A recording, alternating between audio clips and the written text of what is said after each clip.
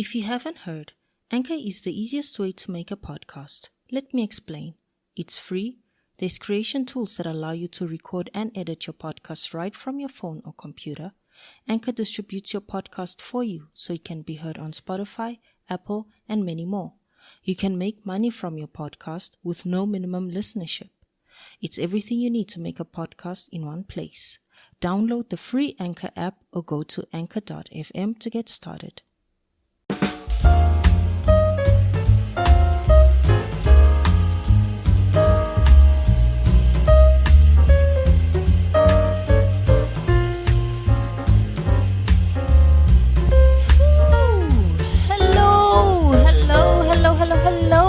Hello, my friend. Hello. It has been so long. Oh my God, I'm so embarrassed. Hello, everyone. Welcome back to the show. My name is Fernanndo, and this is growedup, the show where I talk to you or any other of my friends about what it is like to be an adult versus what it was like or what we thought it would be like when we were children. But before we go any further, please remember to subscribe, hit on the follow wherever it is that you're listening to the show, subscribe, and do the nice things so that you don't miss any new episode. Whenever it comes out, guys, it has been crazy busy. But I'm happy to be back, and no, I haven't necessarily neglected the show. It's just that we've been busy with all the other productions that's happening here on the network. And this year is such a great year for Neon Bloom. We are doing such amazing things. We are hosting our very first live podcast event. It is going to be on the 15th of October in Pretoria at Optima College for the Blind. The name of the event is Women at Work. And here you're going to have all your favorite hosts from all your favorite podcasts right here on the Neon Bloom Production Podcast Network. We have Tulim Gwebile from Black Women Business. She's going to be sharing business tips and business advice with our audience, and we're going to help empower our young women with business tips and how to be better. You have myself and Miss Franco with The Untanglement, and we're going to be speaking on relationships, and we're going to be tackling all aspects of it, whether from the perspective of being married or living with a partner, cohabitating, and so forth. And we, of course, have this show, Growed Up, and Miss Bunola Mfikwe, friend to the show, she's going to be guest hosting this segment with me, and we'll be speaking about self-improvement, we'll be speaking about growth, we'll be speaking about all the things that you need to equip yourself to show up and be a better woman. So we're going to get to work, guys. 15 October, Optima College, 50 rands gets you in. Just go to www.neonbloom.co.za and you're going to get all the information on how to register, where you can pay your ticket from. And I'm so excited about this, and I cannot wait to see you guys there, and I cannot wait to share this experience. We have just under a month before this event happens. So, yeah. Anyways, hello. I miss you all so much, and I'm very excited to be back. So let us get right into it. Today, I want to talk to you about childhood beliefs that are holding us back. Okay, childhood beliefs that are holding us back that I think we should try and mitigate and see if we are trying to instill some sense of moral, some sense of value or principle into our own children. Let's try and reevaluate these things, that we were taught as children. Okay? I'm coughing. You know why? Because I'm not used to talking to myself anymore. I'm not used to talking for so long. But it's all right, man. Let me just do this because, guys, I'm an adult now, so I deal with scripts and yada. So anyways, point number 1, we are going to talk about childhood beliefs that are holding you back. This is not written down, but I'm going to put this down as point number 1 because it just hit me, okay? Motivation and passion are childhood beliefs that I think are holding us back. This one I'm going to speak of just from the top of my head because I didn't jot this down. But I'm thinking now.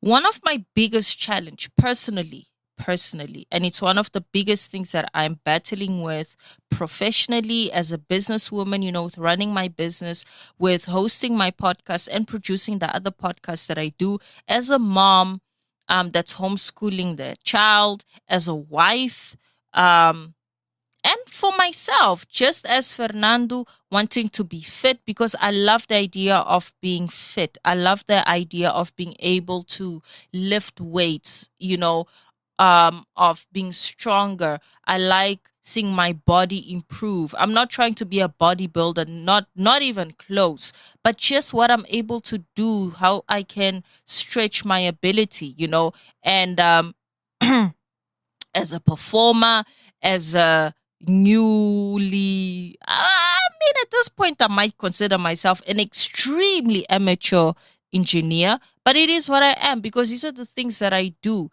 And, speaking now and just pointing everything out that I have to do, and there's so many other things that I want to do. I have a lot on my plate. And you know what? I am not always motivated to do any of it. If I'm going to be honest with you, I'm probably motivated to do anything for a quarter of the year. The rest of the year, I don't have the energy, I don't have the discipline, I don't have the willpower to do these things. And one thing that always happens is I tend to find myself in a hole, um, and just questioning myself in terms of like, am I worthy of these things that I say I am? Am I worthy of being a homeschooling mom? Because I'm never motivated. I'm not always motivated. Let me not say never, but I'm not always motivated or in the mood to sit with my son and help him improve. Am I worthy of being labeled as a business owner, as an entrepreneur? Because I hardly feel the motivation to get up every day and do the admin and do all the business proposals that I have to do and do all the tax checks that I need to do and make sure that I'm looking for other opportunities to improve and to grow my business. I don't have the motivation or even the passion sometimes to do all these things. As a wife, those things that you want to do for your husband, showing up and being more loving, being more caring, more present, more sympathetic to what they're going through. I'm not always motivated to do that. Even to work out, I will work out maybe for 3 months back to back and I'll feel like, yeah, I've got the world and I own this, but then I'm not. Then I just don't care to do it. And that's honestly something that I've been struggling with. For it's not even lately, I'll say lately because yes, I've kind of hit that brick wall in the year that I usually do where I feel like, oh my god, I just don't feel like anything and I'm not motivated to do anything. And I don't am I really passionate about these things that I say that I love? And because if I was, I'd probably be more hungry, I'd probably be more willing to do it, and I just don't do them. I just don't give a shit to do them. With Bunolo, even we speak so much on the phone about this, and we try so many tricks and tips on how to do better, how to be more motivated, and it just doesn't work. And one thing that I remember I tapped into in my you know what, I'm gonna say this, and everybody has gone through this. I think at least if you're now 35, my age. Oh no, girl, I'm not 35 yet. I'm not even 34 yet. I'm still 33. Let me rock my age, girl. Yo, I love aging myself. But at 33, or I'll even say anywhere between your 30s and your 40s, you've kind of gone through that phase of the self-development stage. You've kind of gone through the self-improvement stage where you want to do better, you want to be more successful, you want to make more money, you want to be just more healthy and all of that. I think for me that journey began in 2017, and that's when I was drowning in Tony Robbins content, in John Rowan content. I was drowning in self development and self improvement ideas and concepts. And I'm going to word it like this just to kind of contextualize it. I bumped into the concept of discipline. So why I say that I'm wording it like this and to contextualize it or whatever, I've always only understood motivation, which is the will to want to do something. I never understood the concept of discipline. Discipline, to be very honest with you, especially as a kid, you think of discipline as being corrected, right? If you're doing something wrong, then you are disciplined. If you do something wrong, then you either get a hiding or you get grounded or you get a yelling at or something. Those are ideas that I grew up understanding discipline to be.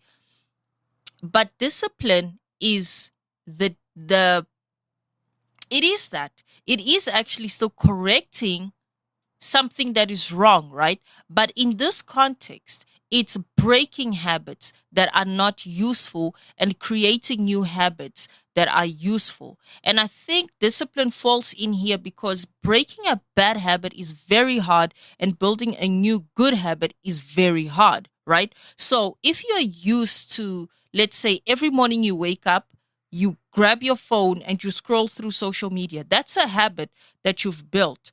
To suddenly start waking up and saying, I'm going to wake up and just make up my bed and leave my room. That habit is so hard to to fall into because you're so used to doing the bad thing. So breaking the bad thing basically equates in you um having a hard time in beginning the good thing, right? So that's what I understand now discipline to be. It's that correction. It's still a corrective thing, but it feels torturous. Just kind of like if you're to be grounded, it feels like torture. It feels endless. It feels just so it's so tormenting to the human brain, that you just feel like it's easier to just go back and not and do the bad thing. So discipline I learned during my self development journey, the beginning thereof, right? And at that time, the idea was, the 5 a.m. club, you wake up early, you get everything out of the way when the sun is still down and is still asleep. You're the first one up. And it kind of fell into that whole hustle culture with, you know, if you are sleeping for 8 hours, then you're missing out on money and all of that stuff. So I really fell victim to that. And thinking in retrospect, right now, I would say that in terms of, maybe it's self-discipline and developing a healthy routine, I was able to do that easily then because at that time my son was still going to school, my husband was going to work. This is pre-COVID, right? Oh my God, guys, pre-COVID. Can you believe it? This is actually a term we're using now. This is before COVID, which meant I had to be up at 5 a.m. anyways because I had to prepare lunches for my boys. So the only difference there was once they leave the house, I don't get to go back into bed. What am I going to do? How am I going to occupy myself? And I started developing as a routine. I used to follow this woman um, on YouTube. I miss her so much. She stopped doing YouTube videos. How Jen does it, but I think her channel is still up there if you wanna go check it out. And she did a lot of cleaning motivation and stuff. So that tapped into my housewife space, which is also something that I hated calling myself the housewife. It's something that even now I think I cringe, but yeah, whatever. But I started tapping into that responsibility, right, of making sure that my home was clean and that when my boys got home, it was at least a pleasant and clean space for them to come home to from a hard day of work. So it was that thing you do the cleaning and then now you start taking care of yourself because now I've taken care of the home. Now I take care of myself, then I'd go for my walk and I'd exercise and so forth. And after that, because I've now taken care of myself, now I need to start trying to take care of the business, right? But what happened was I just fell into this routine, but it wasn't productive in that I didn't have any clear goals. I didn't have any clear direction or any clear anything that I was working towards. I was just doing these things for the sake of now I'm just building discipline. But there was no end goal. And I think that's why I would say I fell out of that disciplined routine. And obviously COVID happened then. What was the point for me to be up at 5 a.m. to do what?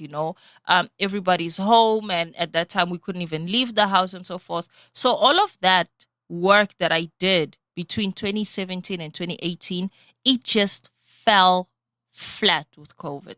And it's been my journey now to kind of fall back into finding that discipline, to finding that ability to say, yo, I don't feel like it. I feel like it. I have to do it, and just get up and do it, So I'll be honest in saying that the only downfall with my discipline era was that I was disciplined enough to stick to my calendar, to stick to my schedule, and do the things that I set out to do.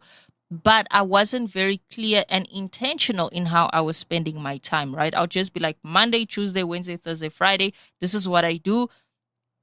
But for example, I'm checking my emails. What emails am I checking? What does that even mean, right? What am I doing actively to maybe grow my business? And I wish I understood that then, that these are the opportunities to have intention within my discipline. You're not just disciplined just because. So even with your working out, have goals, because I had no gains. My gains began in 2020 when I started working out at home with my husband, and he helped me kind of understand what gains are, muscle memory, mind muscle connection, and all of that. Then I started working out with intention, and that's when I saw more results. So be intentional about your things. I think that's the best way to kind of package this whole point, right, of motivation. Yeah, motivation is good, and when you have it, obviously ride that wave.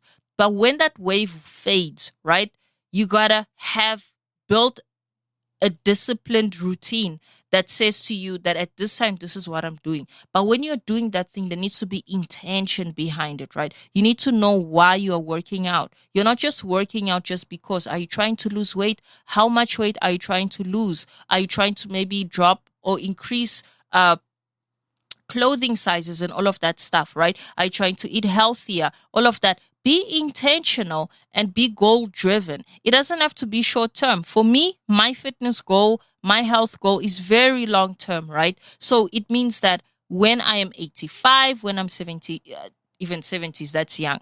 When I'm in my 90s, yes, I'm going to be a 90-year-old or a 100-year-old. I want to be fit. I want to be able to play. I want to be able to run. I want to be able to move my body. I don't want to be bedridden. So everything that I'm doing today, the intention is greater than my summer body. Okay? So know why you are doing certain things and how and the intention behind it, and then build a disciplined routine around your little sectors in life, business, whatever it is that you have. Our lives are different, right? I'm a housewife, I'm a stay-at-home mom, I'm a homeschooling mom, I am a businesswoman, I run my own production company. I don't know what else I do, but I do all these things. But this is all little segments of my life that I had to realize that are not similar to other women. Other women have other things. Other women can go to work. Other women have jobs and blah, blah, blah. I don't have that. So my routine and your routine are not going to be the same. And that's why I don't want to put it in your head that you have to do things the way that I do it. But one thing that we can have in common is let's try to be more disciplined. Let's have intention behind our discipline. And also when we are motivated, let's ride that motivation wave, right? So that is my number one. It was actually more serious than what I actually have jotted down here, because this, y'all, I have this thing and I did it like weeks ago and it's just so messy. But let's go with it because, that's how Fernanndo does it. Messy. So my number two, sharing is caring. That's another childhood concept that I think is dangerous. Why? Because we always feel like if you're not a giving person, that you're a flawed human being, right? That if you're not giving of your time, not giving of your resources, that there's something wrong with you. And because sharing is caring, it means that if you don't share, you don't care. That is not fact. Sharing is a choice, right? You do it if you want to. I think it's good to share, but certain boundaries need to be set in terms of what are you sharing, how are you sharing, when are you sharing, and all of that, right? So I think we need to kind of try and break down what does sharing mean. I think sharing, the way that I understood it growing up, it means that if I have something, I need to break it in pieces and make sure that everybody that's around me has access to what I have, right? And that means that I care about them, in that if I'm eating a piece of bread, and my friend doesn't have bread, then I can break my bread into pieces and share that with my friend. Now that I have food, they have food, I care about them, right? That is great. I think in that base concept, yes, you share, that's good. But you don't have to share. And not sharing doesn't mean that you don't care. Because sometimes, right, there's a very, very, very fine line between you sharing and you, how can I put it? And kind of opening the door for people to take advantage of you by virtue of, if you don't share, you don't care. So you feel guilty about not giving certain aspects of yourself because you feel like, oh my God, my friend asked me for something and I wasn't able to give it to them. And you feel guilty because in your mind that translates to, I don't care about my friend, versus it's not that I don't care about my friend, I don't have the capacity right now to help them.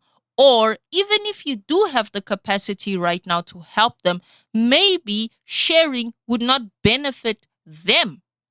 That's also a thing. Sometimes people want something from you all the time, and because you keep sharing, you keep giving, they keep coming and they don't grow. They don't learn to fish, right? Because you catch the fish and you just give them the other fish. But if you one day say, nah, fam, I'm not going to give you fish, um, your friend learns to fish. I'm gonna tell you a very personal story, and this one we touched on with Miss Unique on the Mummies in the Dark podcast that we do every Friday. So we touched on our previous episode, or the one before that, about boundaries that we had to learn to share, to set, right, with friends and so forth. And me and Miss Unique, we've been in high school since, we were in high school together, we were in primary and so forth. So we've been friends for many, many years. So there's many points in our friendship that could have either made us or it could have broken us, right? But because of the intention behind my friendship and what I wanted from her, I allowed certain moments to be learning moments and not fighting moments. So I'm going to be very even direct, right? I remember she was very studious. Miss Unique is very studious, still is. She's very responsible in that if we need to do something, she does it. In school, she was the best notes taker ever. The teacher would talk, she's the one taking notes. And what would happen? I would always ask her for her notes. I'd say, hey, can I please, can I borrow your notes? I just want to copy some stuff. And she would always give them. Right? And I relied on that, right? Because I looked at it as, oh, she's my friend. She's got my back, so she's going to do the thing. And all I need to do is ask. Because if I was doing it, I would have also done it for her, right? So I kind of fell into that cycle with her where she would do the work and I would just ask for it and she would get it. I remember distinctively the day I said, hey, friend, can I use your notes, right? And this is, I think, a day or two before the test. And she said, no. And I was like, really? She's like, yeah. I'm like, no, but for real, can I please have your notes? And she's like, I'm not joking. No. And I was like, oh shit. And that was the perfect opportunity for me to read that as she doesn't give a shit about me. I thought she was my friend. As my friend, she's supposed to have my back. But I took my L, right? I went back to my books. I did the work. And probably not then, but at some point later in the future with speaking about other instances in her life where she felt she was being taken advantage of, she voiced. I don't think we've ever really addressed this specific scenario, but I know it from her venting to me with other people, how she's always felt that people take advantage of her. People are not willing to put in their work and do things for themselves because they know that she will do the work and then people just benefit from that. And I understood that's what I was doing. I'm her friend, mind you, right? And I was taking advantage of my friend. I wasn't looking at it that way, but the reality is I was taking advantage of her. And I I'm happy that this is me patting myself in the back. I understood our friendship. I understood the dynamic. She never had any hard feelings towards me, and I knew that that wasn't anything spiteful. It was just her saying, fuck it. No, right? But I love that I was mature enough to take my L, do my part, and stick around long enough to learn that had she not done that, I probably would have been even lazier than what I am right now to come in and show up and do my thing, right? So, in her not sharing her efforts, she made me a better person. And it's so cliche, it's so cheesy. It's a cheesy example, but I really love the story a lot because it's a very eye-opening moment for me in life where I was like, whoa, what I'm doing is taking advantage of someone. That's my retrospection abilities might have even began then. So her saying no to me and denying me sharingness, right, was the most caring thing she had done for me. I would say it ever. Well, no, not ever. She's done so much more for me. But it was just such a beautiful thing. And that's why I like talking about this and recognizing my part in that I wasn't being a good friend because I took advantage of the fact that my friend cares about me, therefore she's going to share. So sharing is not caring. There needs to be boundaries, there needs to be limits, and it's okay to say no if you feel like someone is taking advantage of you. And if that person really cares for you and is your friend, they will understand that at some point you have to stand up and take care of yourself, right? We are not talking about walking by the street and seeing a homeless person and not sharing with them. That's something completely different to somebody who's completely capable and in a position of privilege in which they can do the work the same way that you can do and share, right?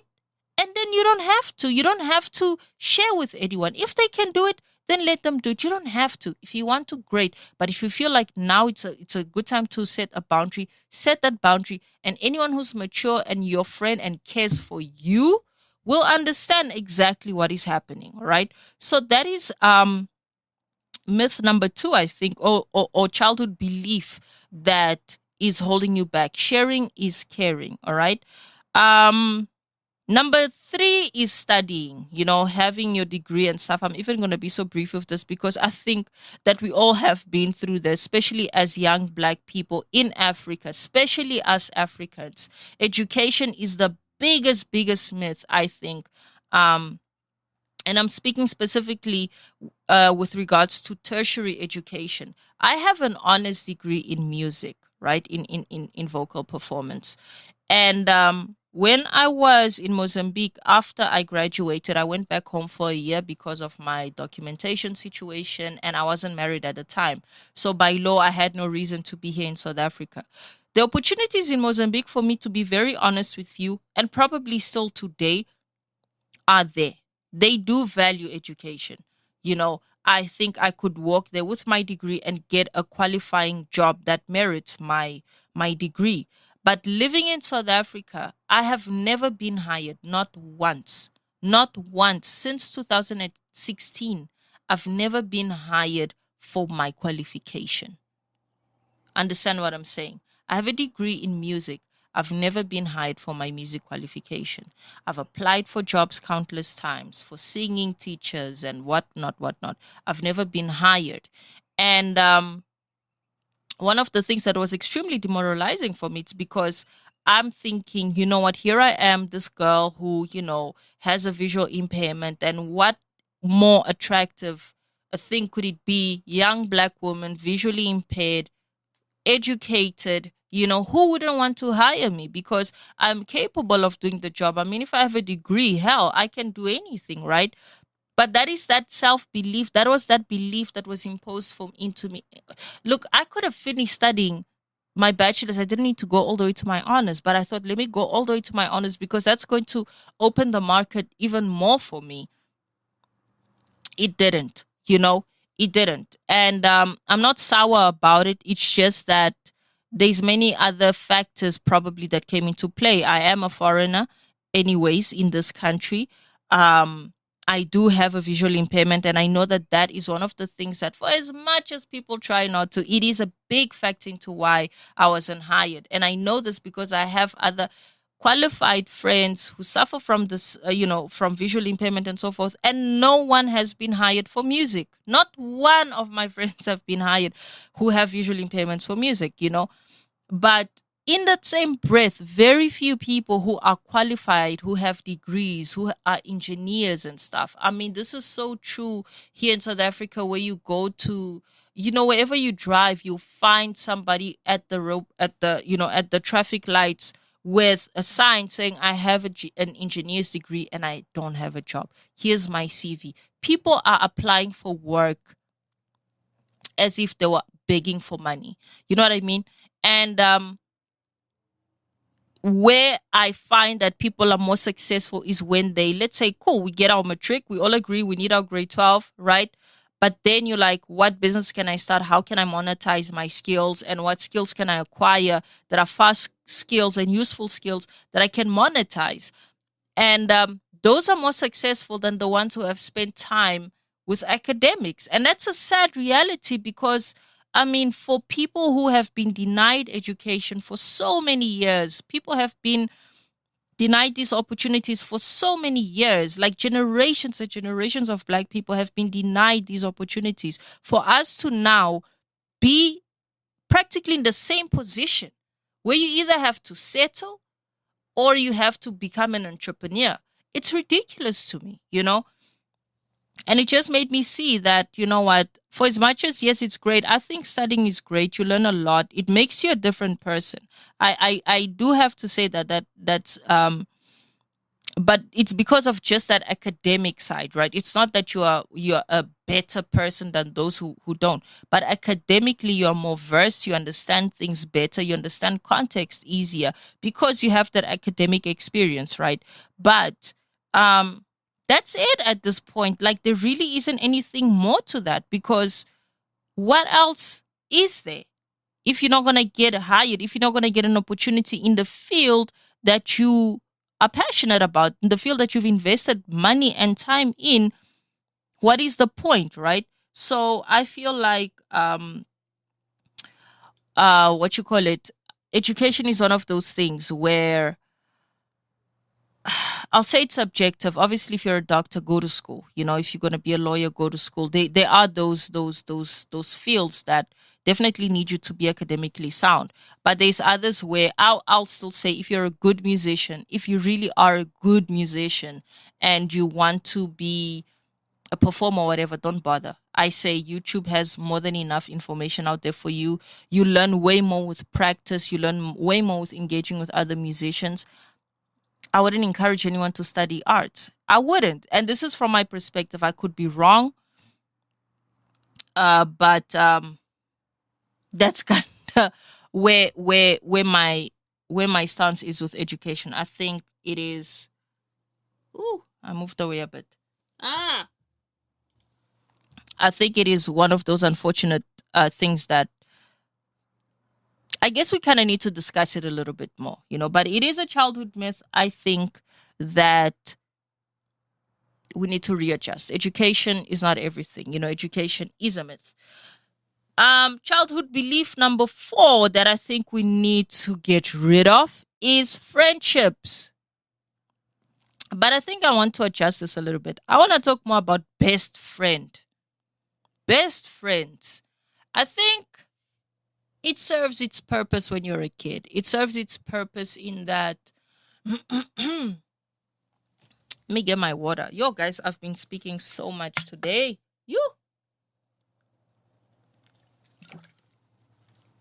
And it's because, let me just go on a small tangent here. This load shedding, guys, it's load shedding stage 6 right now. What time is it even? I need to even rush. Okay? It's load shedding stage 6.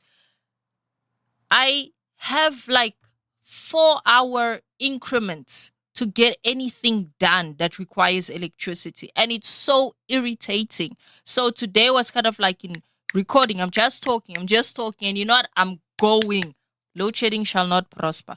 Anyways, childhood belief number 4. Best friend, I think, like I was saying, it serves its purpose when you're a kid. When you're a child, I think children are the meanest people ever. Children are so evil. Um, like children in general, as a community, the childhood community is hardcore. I think they're just brutal. Okay.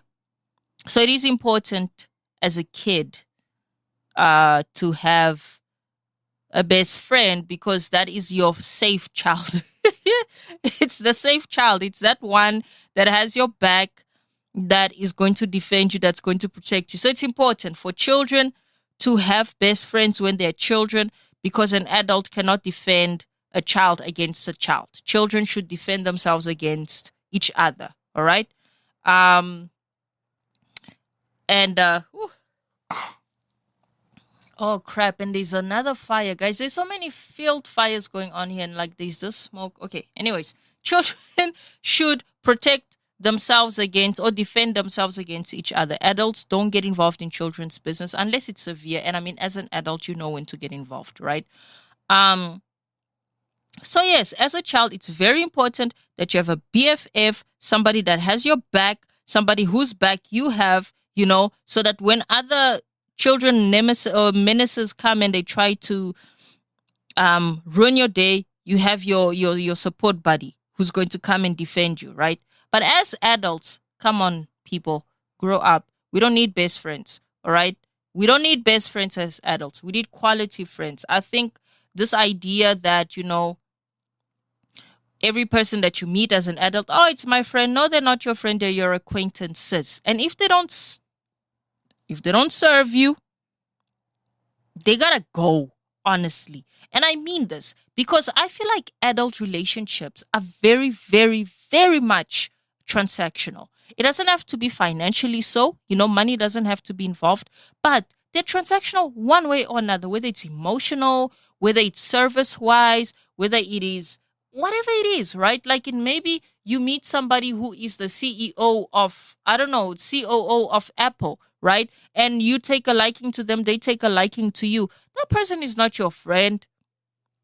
You guys are acquaintances. The reason why maybe they'll attach themselves to you is because they see something that they can gain from you. You can gain something from them too. I mean, this is the COO of Apple, right? But then if he's the COO of Apple and you are, I don't know, I don't know what worlds don't match. But if there's nothing this guy can give to you, why are you sticking around? What are you adding people into your circle for? So much drama, guys. Like, I think we need to be realistic about friendships. I'm not saying it's impossible for you to make friendships at this age. I've made friends, I feel like I make a new adult friend every second year. Every 2 years since I've become an adult. Don't ask me when that was. But every 2 years at the most, I will make a new friend that I'll say, this is my friend. Everybody else in between, they're not my friends. I know. And they know that they're my friends. These ones that are my friends, they know they are my friends. The other ones, they don't even understand what's going on, right? So I think it's okay if some relations are transactional, that you want to get something out of them. I mean, I've been used. You use people. Generally I don't use people. But that's kind of like a surface level thing, right? But there are those people that are such great listeners. So I use them for their ear because I want to call them and like, hey, friend, you know what? I'm having such a hard day. I use her for her shoulder to lean on, right?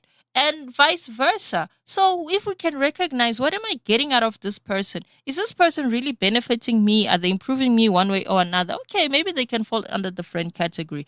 But other than that, nah, man, these are acquaintances, okay? These are associates.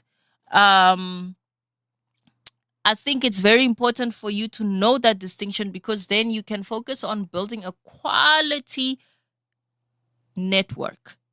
Networking is what we should be worrying about, not friendships.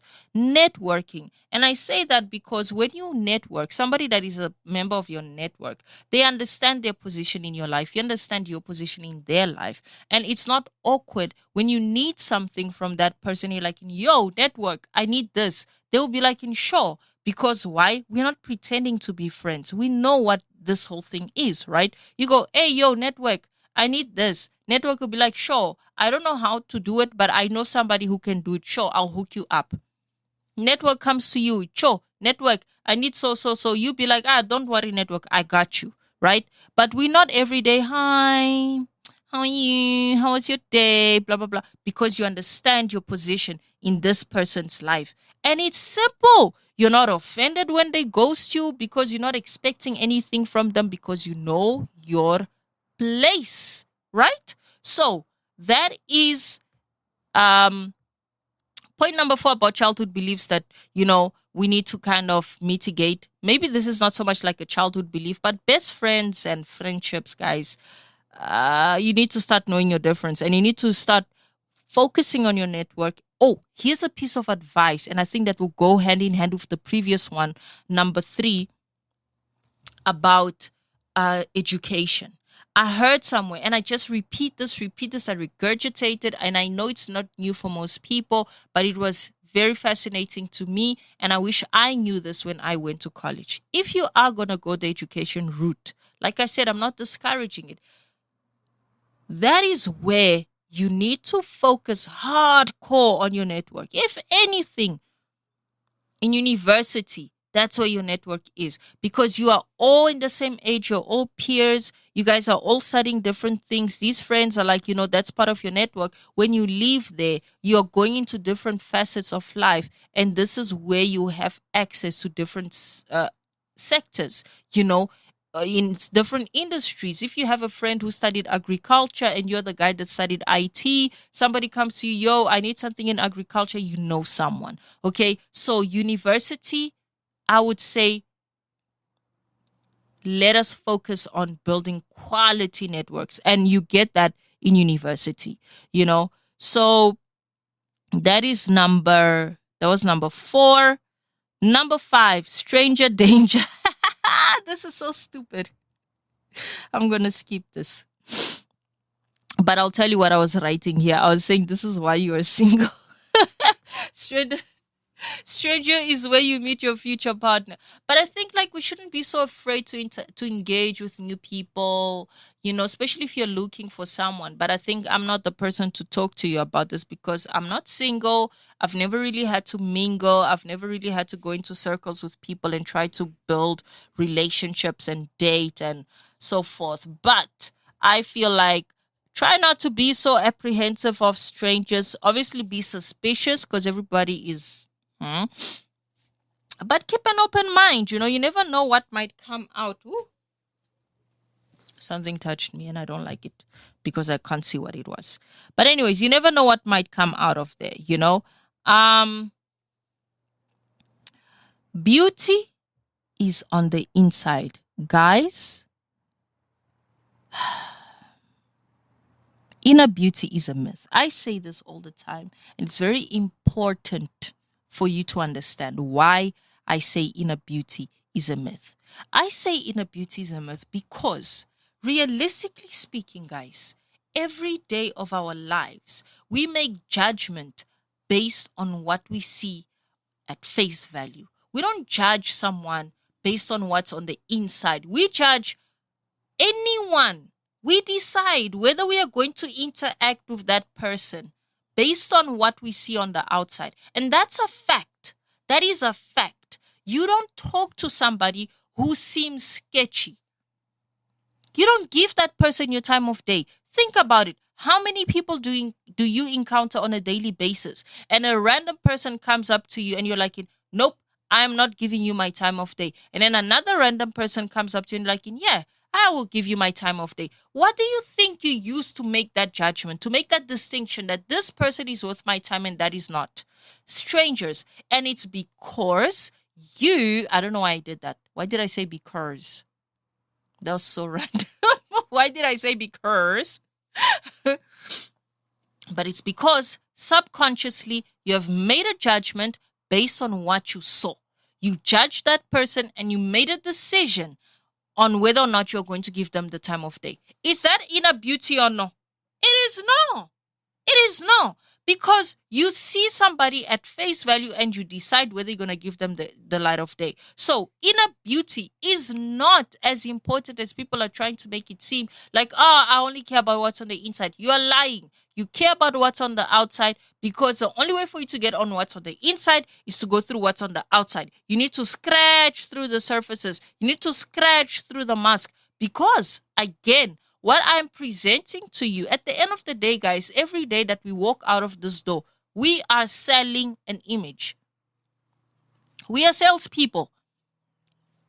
Inevitably so, right? We decide how we want to present ourselves to the world. People don't know who we are on the inside only after they peel through these layers. Even after, the first encounter, you don't still know how beautiful this person is on the inside. You have to be with that person over and over and over again. You have to see them fuck up. You have to see them show up. You have to see them be late. You have to see them be angry. You have to see them be happy. Then you know, what type of a person is this? But up until then, my friend, up until 6 months at least, you ain't not seen anything.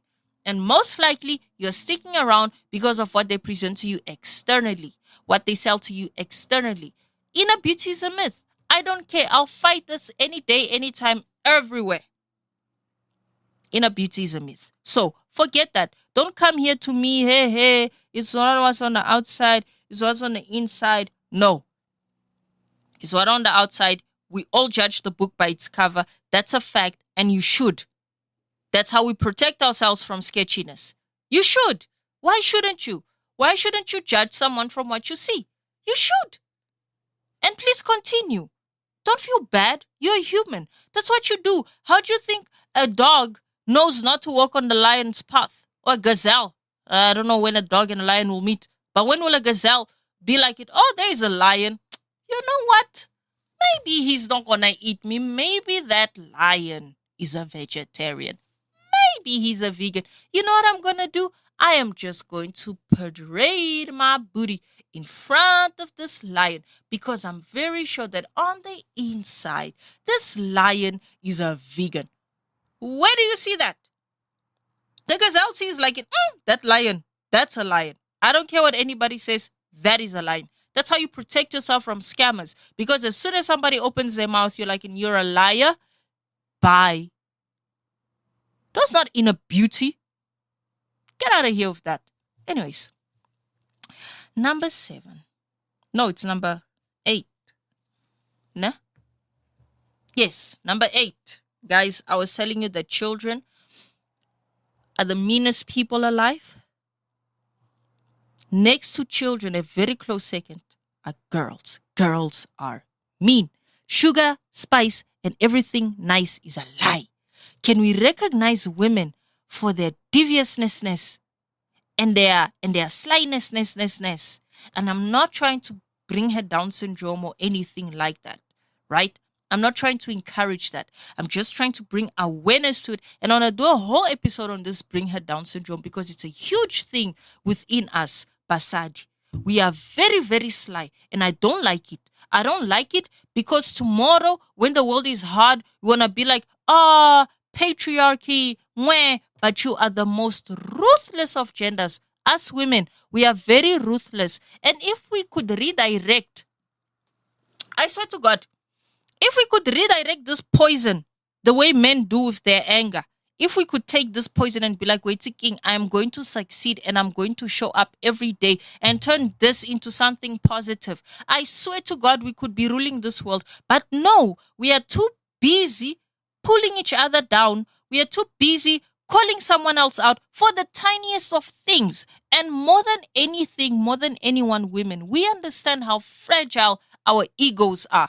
I said egos. I didn't speak about feelings. I said egos. We have very fragile egos. Say anything significantly mean to a girl, we are broken. We can't joke with each other the way men do. Our egos are way more fragile than those of men. We know that more than anything, but we still choose to bring each other down. It's disgusting that we do that. It really is. It angers me every time that I find myself in a situation where I'm with women and quality women and women that are very capable of working with me or working with other women. Let me not even say with me.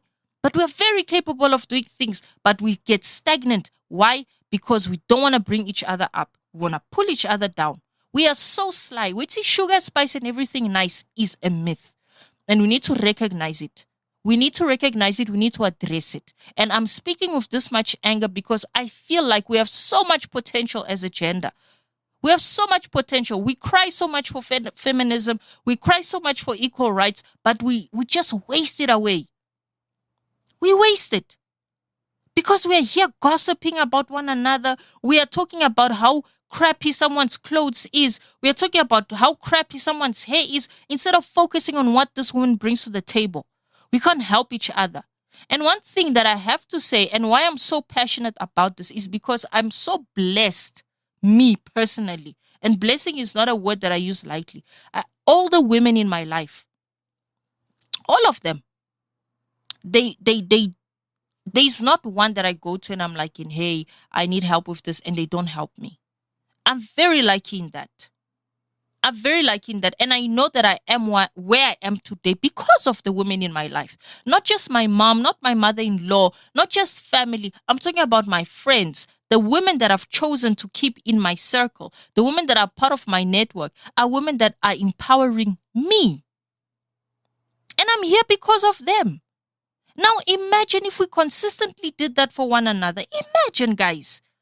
Why are we like this? Eh? Why are we like this? We need to do better, ladies. We need to do better. And one day I'm going to go deeper into this because I feel like we are falling behind. We are wasting away. We are wasting away for no reason. No reason at all. This is why we don't have a female president, if you want to know. This is why the women in power are not quality women. Because we just pull each other down. And all the scum just go up. Scum always goes up. It always floats up. Scum is what gets scooped out. You know, when you are trying to get scum out of bones or whatever, it's the scum that goes up. And they get scooped up because they're up there. And everybody else that's clean stays down. So please, ladies, if it's sugar, spice, and everything nice, let us try and live by that. Okay? Let us do better. Huh? Let's do better. Let's not perpetuate this thing. It's so disgusting. It's so disheartening because I feel like, we have so much. We give birth, for crying out loud. Imagine what more we can do. We produce babies. The whole human species is single-handedly dependent on our gender. The entire human species is single-handedly dependent on women. We produce humans. They don't come from anywhere else other than this. So, come on, guys. Let us acknowledge our potential and let's do better. Okay?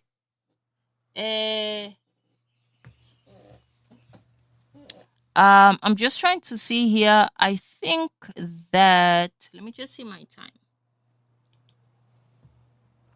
Yeah, you know what, guys? I would continue, but I'm very skeptical about load shedding. But I think just run through. It's okay to be considerate. This is point number 9. It's okay to be considerate about others, but also remember that you can do whatever you want as long as you're willing to accept the consequences of what you want to do. You know? Do it, but you gotta accept the consequences, ne? So whatever you want to do, you can do it, my friend. You can do it, anything. But it's important for you to understand the consequences and the benefits of what you're going to do. Be considerate. You don't have to be considerate. Show up, don't show up. Who cares? You're a grown-up. I can do whatever I want. And lastly, number 9. Oh, that was the last one. Oh, no. Number 10, last belief. Number 10, if you work hard, you will succeed. Guys, this is true to an extent, but never forget about luck. Luck factor. And all the things that I spoke about there above, right? Luck factor, You need to have quality network. You need to be at the right place, and you need to be prepared, guys. It's better to be prepared and not have an opportunity than to have an opportunity and not be prepared. So work hard. Work hard, yes. Because by the time your opportunity shows up, you're going to be ready. But not everybody gets successful. Not everybody is successful, And this has also a lot to do with this thing of women wanting men, these young girls who want men that are rich, that are whatnot. Not everybody's going to make it. Even when, I remember even my lecturer said this in varsity. And mind you, we are not even a lot in our class. And he said, the reality is, and I think this was said to him as well when he was studying music, that not everybody, most of us want to be performers, but in this class, not everybody's going to be famous. Maybe one out of all of you is.